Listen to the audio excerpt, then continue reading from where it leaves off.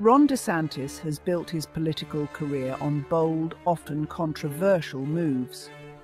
Now, as governor of Florida, DeSantis has set his sights on a new target pro-Palestinian activism, particularly on college campuses. He claims these measures are necessary to combat terrorism and anti-Semitism, but critics see a thinly veiled attempt to stifle dissent and control the narrative on Israel-Palestine. DeSantis's recent policies represent a dramatic escalation in the fight against what he calls the radical left. His supporters, however, applaud his decisiveness and his willingness to take on powerful institutions. The focal point of this battle is Florida's education system, long considered a bastion of academic freedom. The implications of these policies extend far beyond Florida. One of DeSantis's most controversial moves was his order to expel foreign students who expressed support for Hamas on social media.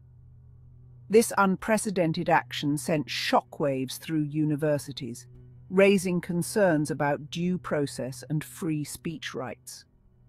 Further escalating tensions, DeSantis championed legislation that restricts students' ability to protest on campus.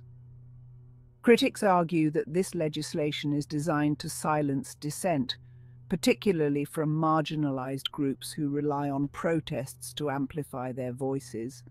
The consequences of these policies are already being felt on Florida campuses. The chilling effect of these policies extends beyond students and faculty. Journalists covering these issues report facing increased scrutiny and intimidation from authorities. DeSantis's crackdown on dissent has also emboldened right-wing groups, who now feel empowered to silence opposing viewpoints. The erosion of academic freedom in Florida is part of a larger national trend.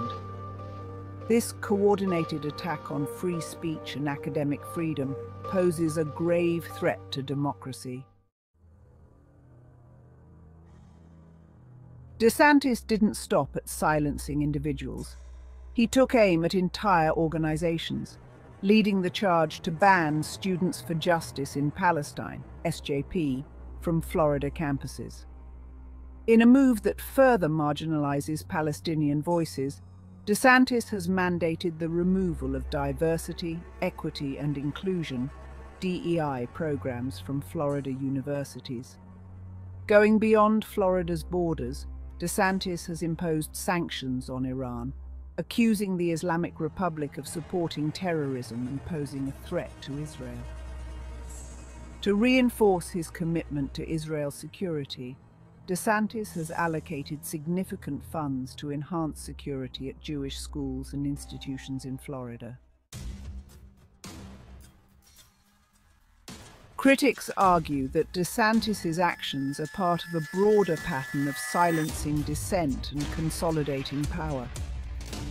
The targeting of pro-Palestinian activism is particularly concerning because it conflates criticism of Israel with anti-Semitism. DeSantis's policies have drawn condemnation from human rights organizations, academics, and free speech advocates across the political spectrum. Legal challenges are underway, and student groups are organizing protests and campaigns to resist these policies. The outcome of this battle will have profound implications for the future of academic freedom and the right to dissent in Florida and beyond. The question remains, what does this mean for the future of freedom in Florida?